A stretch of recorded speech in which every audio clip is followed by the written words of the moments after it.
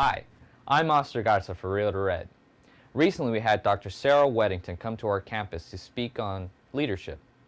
As you may know, Weddington is the winning attorney for one of the U.S.'s most famous cases, Roe versus Wade. In that case, the U.S. Supreme Court held that there is a constitutional right of privacy for individuals to continue with a pregnancy or to terminate it. We appreciate Dr. Sarah Weddington coming to our campus, and we appreciate this interview.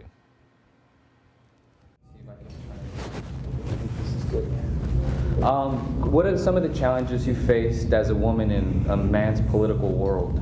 Well, first, I think people just did not expect women to go into most of the fields I've been in.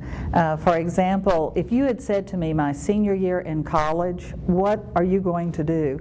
I would have said, I'm going to try to get 8th graders to love Beowulf. And now I know I love teaching college seniors, but 8th grade was not where I was supposed to be. So I went to the dean of the little college I was attending in Abilene, Texas, and said, well, I think I want to go to law school. And he said, you can't. And I said, why not? I have very good grades. And he said, but no woman from this college has ever gone to law school. It would be too tough. So you know the moment I decided I was going to law school, and got there in 1965, University of Texas in Austin, with 5 other women in the entering class. Now it would be about 50%, but then we were such a small number. I had come from a situation where I played high school basketball, but at a time women were only allowed to run half court, and after 2 dribbles it was called traveling, a technical violation.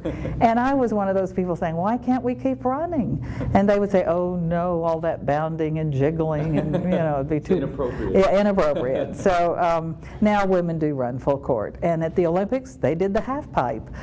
So it's exciting to see how women have expanded in our sports. Second, thought at that point I'd be a public school teacher, and I am, but not in the 8th grade. But they said, now if you get pregnant as a public school teacher, you'll have to quit. Women are not allowed to be pregnant in the classroom. I thought that was ridiculous. I thought women could walk and talk and be pregnant and teach all at the same time. So eventually in the legislature I helped to pass a bill that said you cannot fire a public school teacher just because they're pregnant. Or I had gone down and applied for a credit card when I finished law school, and the man across the desk said, now you'll have to get your husband's signature. I said, I don't think so. He's come back from military service. I'm going to put him through law school, but right now all the income is mine. And they said, no, you have to get his signature. So you see, I had to run for the legislature, pass the equal credit bill, and then go back and get my credit card. And so I look back at the ideas of society about what was appropriate for women then. It's why I'm often invited to speak during Women's History Month, because I've been a part of so many historic events. And now to look at the expanded opportunities for women in so many different fields, and more in leadership. At the time I was in college, you would never have believed a woman would be head of a public institution like this one. And sure enough, there is. And so I think it's an opportunity for women to use their best talents in all kinds of leadership positions. What did your parents think of you going to law school? I mean, you said that lots of the admissions people were kind of iffy about it, but what was your parents' perspective on the whole thing? Well, my father's a Methodist preacher, but he was very much encouraging of what I was trying to do and of being involved and interested in leadership. My mother at that point was a high school coach for a women's basketball team. Later she got her master's, and so they were very proud of me. But they also did counsel. It would be difficult, it would be very tough, and there would be those who didn't appreciate a woman trying to take a seat in law school. What would you say to lots of the young ladies here in the Valley? There's lots of what we call machismo, lots of male dominance here in the Valley. It's very strong down here. What would you say to them what kind of obstacles that they're going to face, or what kind of words of encouragement would you give them? Okay. First, I think we have to say that attitudes that limit women in areas that are just ridiculous is not unique to the Valley. That certainly is found in lots of different areas.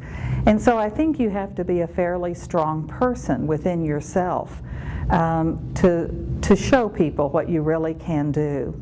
Second, I like a saying that says, you should ask yourself, what can I do today that will give me more opportunities tomorrow? An education will give you more opportunities tomorrow. And sometimes if you're really good, even though people might tend to misjudge how good you are as a woman, I think with an education you have a better chance of showing what you really can do, demonstrating that. So an education is very important. And third, I think there are lots of community needs, whether you look at health issues, education issues, all kinds of civic and social issues. And women have often been leaders in those, if not out front, then behind the scenes. And whether a woman would choose to be out front or behind the scenes, I still think it's a very important aspect. I think we all want to know we've made a difference, and I certainly know I have. And I think many women are doing the same. I have one more question, if that's okay. I know when the University of Texas Pan American was joined to the University of Texas system, one of the stipulations was that the University of Texas Pan American would not be allowed to ever have a law school. What do you think of that stipulation? Stipulations can be made and can be changed. And so it may be that someday they will have a law school because it's an expanding area of the state. It certainly is one that's going to need a lot of legal talent.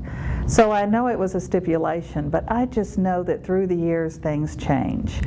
I don't know who the personalities were involved in that, but at some point they won't be around. And certainly the political strength of the Valley is expanding with the number of elected representatives who probably would not favor that. Well, thank you very much. It's my pleasure. Thank you. Thank you. Okay. This is when I was in the state legislature. So this is the front of the House of Representatives.